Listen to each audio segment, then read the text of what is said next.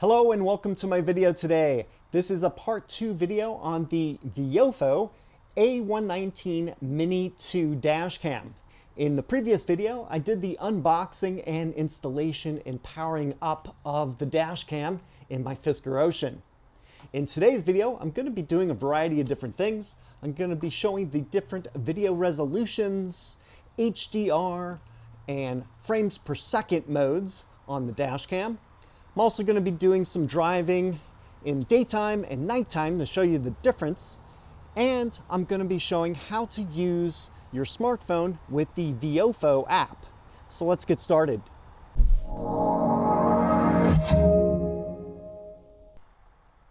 Here I am sitting in the driver's seat, and this is the perspective of my eyesight looking forward.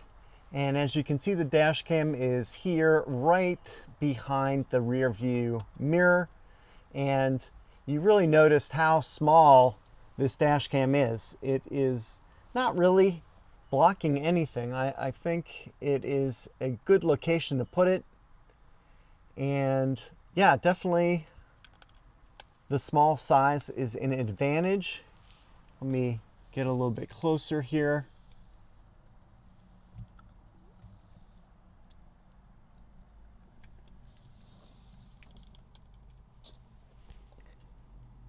And by the way, this uses a Sony Starvis 2 IMX675 image processor.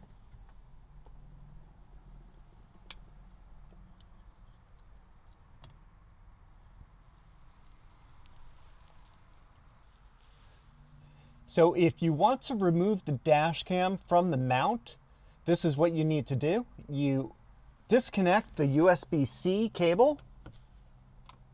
Once it's disconnected, you're going to hold the mount base here and just press the dash cam towards the right. So I'm going to do that right now. Press it towards the right, and then it unhooks.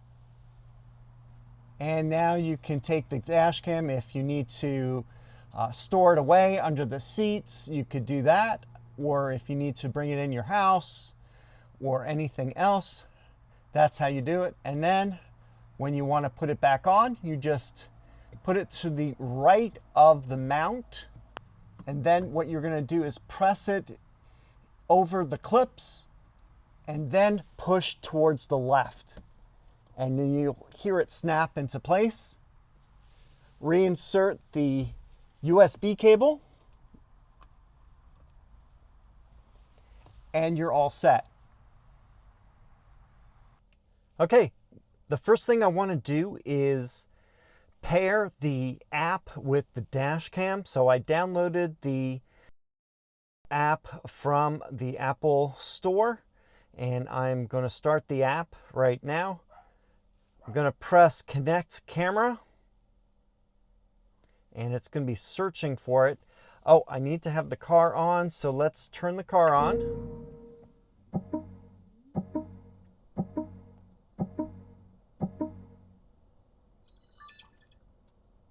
All right, so I am going to press the Wi-Fi button on the dash cam. Wi-Fi enabled. Now I am going to press Next on the app. Recording started. I'm going to press Open System Settings.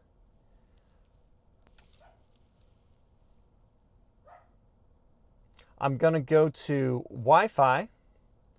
And then on the Wi-Fi list, on the other networks, I'm going to click on the Viofo. Then I'm going to do a password. And the password is 1234567 Ooh, highly secure. 1234567 Then I'm going to press Join. Wi-Fi connected. All right, I am connected now. I am going to go back to the app. All right, I'm going to press Connect Camera. And let's see what we got. All right, so we have a live view from the dash cam. I have it set for the highest resolution, 2592 by 1944p, 30 frames per second. So pretty cool. I can actually do a snapshot and take a photo. I can actually record. Oh, that actually is the stop button. So I actually can control the recording on here. Started. So yeah, so when you press this button down here, you can turn recording on and off. Let's see what this menu does. Oh, this is the history of all of the video that was recorded on the dash cam so far. So if I want to, I could play any of these videos. And also on the top of the screen, I could... All right, I'm going to pause that. I can also delete the videos and I can download them. So if I want, I could press the download button here. I can give it full access to my photos so it can save it. And there we go. So it's showing downloading the file. It's 44.48 megabytes. And that's actually pretty quick. One of the nice things about this dash cam is the Wi-Fi allows you to choose the gigahertz that you like, the band. So you can choose the 2.4 or the 5 gigahertz. I usually like the 5 gigahertz because you get a higher throughput on that. So yeah, so that's pretty cool. So you get access to all the videos. That was that menu. Let's press the gear, which is most likely settings. And this is all the settings that we saw on the device itself. We can actually change them on the phone. So that is very cool. So you can go through and adjust everything that you'd like. So that is pretty neat. So settings. Recording started.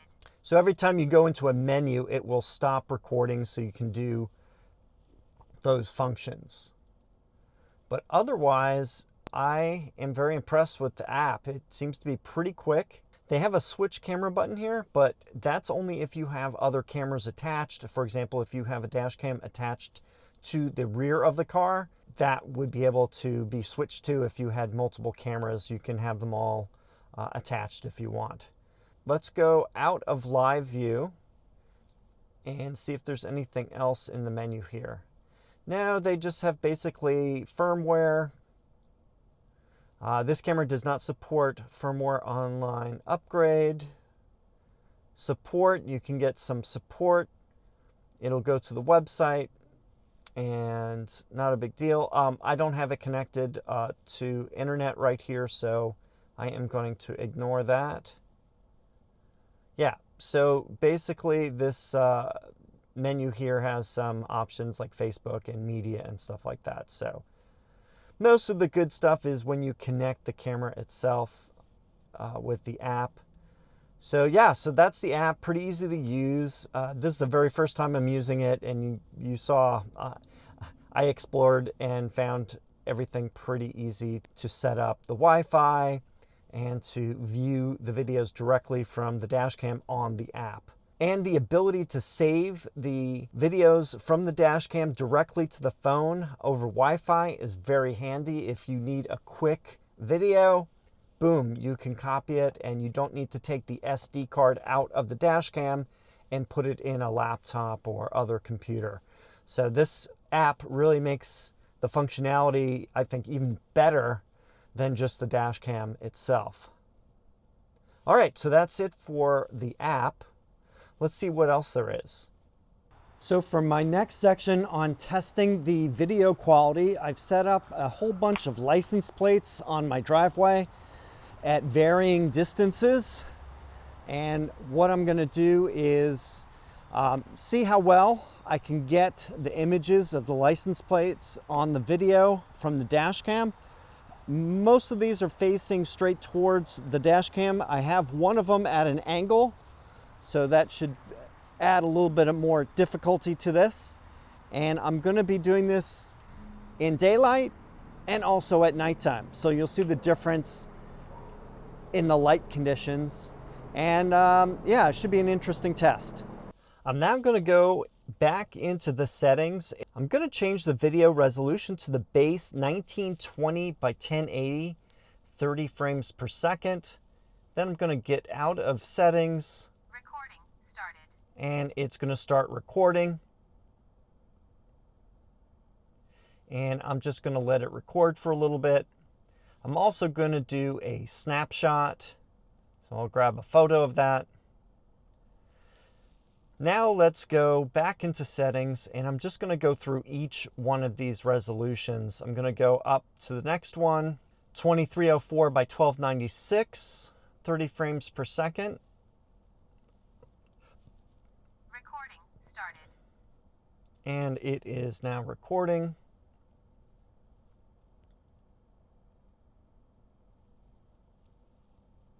I'm also going to do a snapshot. And that seems good. Let me go back into the settings, change it to the next one,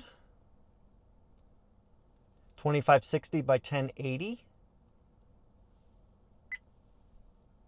Recording started.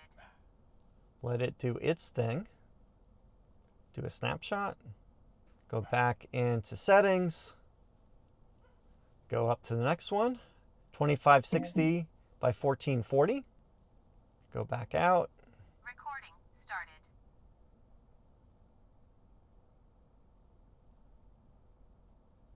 Let it do the recording. Snapshot. All right, back into the menu. Going to do 2560 by 1600, 30 frames per second. Recording started. Snapshot. Now I'm going to go back into the menu again and do the very highest resolution, 2592 by 1944p, 30 frames per second. And let that get started. Recording started. And I'm going to press snapshot. All right, that should be enough of the samples for the resolution. The next thing I want to do is look at the HDR. I have HDR on. Let me switch to HDR off and see if that makes a difference. And I'm going to probably have to run this test again at night. So I'll do the same thing in the dark just to let you know how that works. So since the HDR is probably going to be more useful Recording started. at night, and I'll press a snapshot. So we'll now show you the difference between the HDR and non-HDR of the highest resolution. See if that makes a difference. And one final test I want to do on here is going into the menu here. I want to pick, with HDR off, I also get another actually several of these. There are 60 frames per second mode, the highest of which is 2560 by 1440.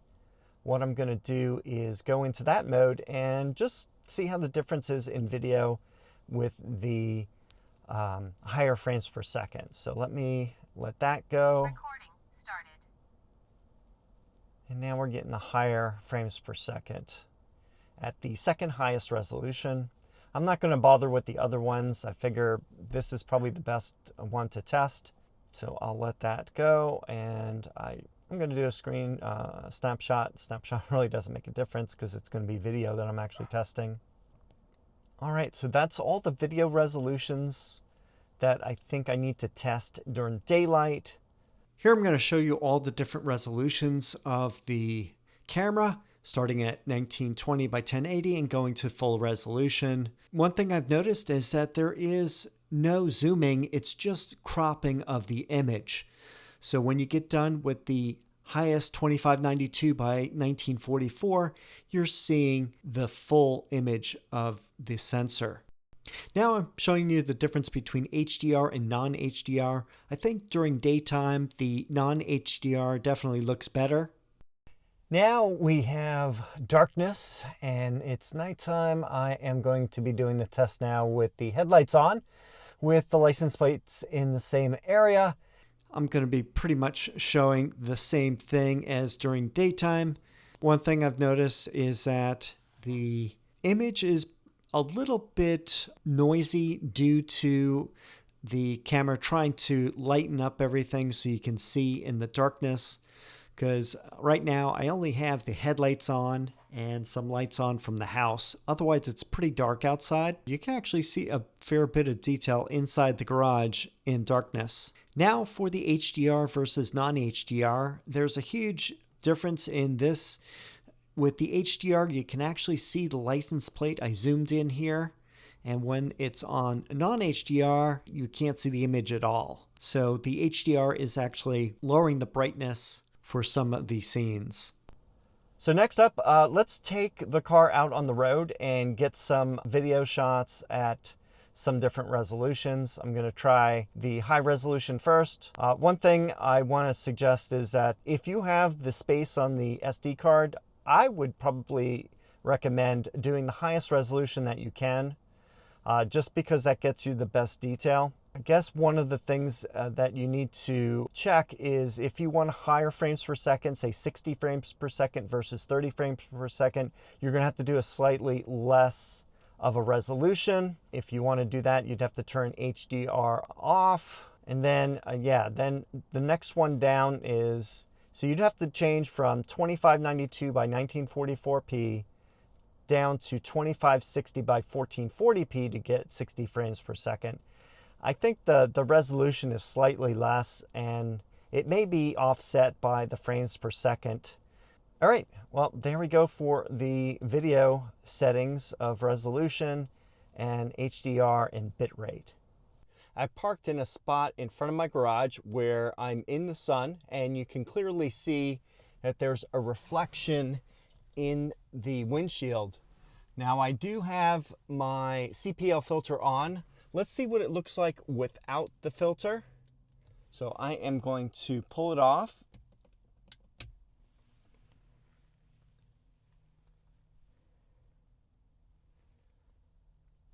And show you what it looks like with and without. So let's see, this is without the filter. And this is with the filter. So you can see it's reduced. It doesn't totally eliminate the reflection, but it does reduce it greatly. A better version of a CPL filter would be one that lets you rotate the actual filter itself. Let me turn it over and see if it makes a difference. So here's with the filter. Here's without the filter. So for most of my driving, I noticed it does help a lot. However, in extreme lighting like this, where the sun is shining directly on it, it's going to reduce it, but it's not going to totally eliminate it.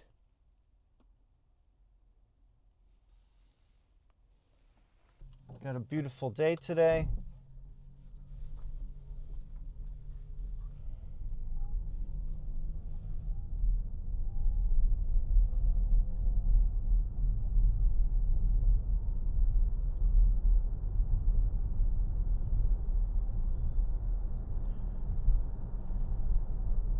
One thing I recommend while using the dash cam is to make sure that your windshield is clean, both on the outside and inside, so that the lens doesn't have any issues with, say, for example, raindrops or dirt on it.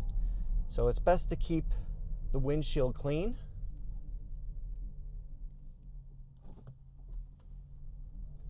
I currently have the dash cam in the highest resolution at 30 frames per second.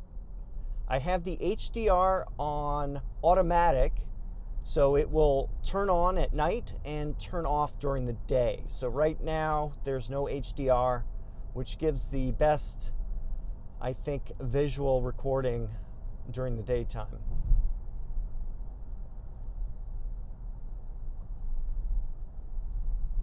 As you can see, it is fall in my area and the trees are dropping their leaves. This is a pretty view going down the street I live on.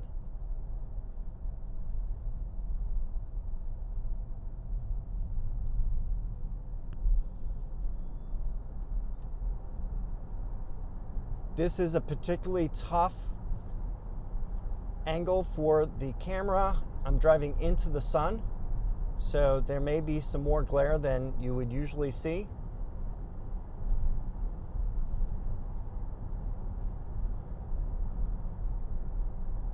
If you're interested in having a dash cam for the rear of the car, basically pointing out the liftgate window, you could add a second dash cam similar to this one on the back of the car, inside, I would say inside the liftgate, on the roof of the liftgate, pointing out the window. You couldn't attach it to the window itself since the window can move up and down. There are other Viofo dash cams that have multiple cameras. So you would have the camera in the front, and you would have cameras in other locations that are connected by a wire. So that's another option. So if you did want to have multiple camera views, this dash cam would not work with that. But they do offer other models that have the multiple channels for the other cameras, and you can record everything on one SD card. So some people may think that is a better solution for them. Or you could just use two dash cams and just have two separate recordings.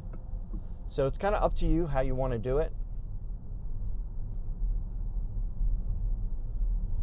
For myself, I'm going to be just testing the one dash cam right now and seeing how that works in my situation, just using the front dash cam.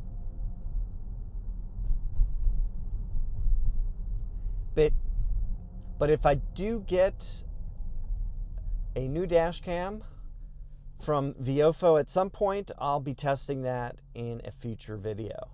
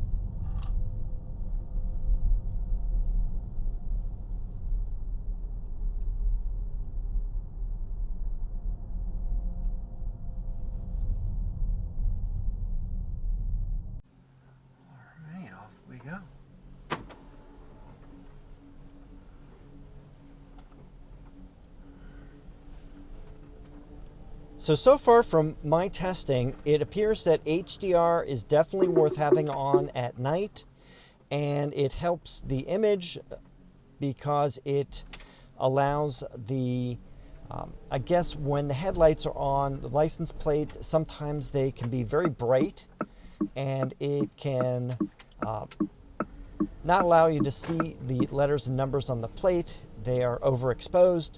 So by doing this HDR mode, it allows you to read the plates better. And during the daytime, I haven't noticed it helping. It actually doesn't help during the daytime. I think it reduces the clarity a little bit. I think it makes it too contrasty. So I definitely recommend using HDR at night. And the nice thing is, in the settings, you can set auto, HDR.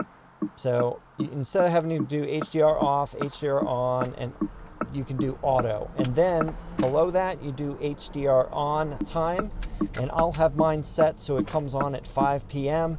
and shuts off at 7 a.m.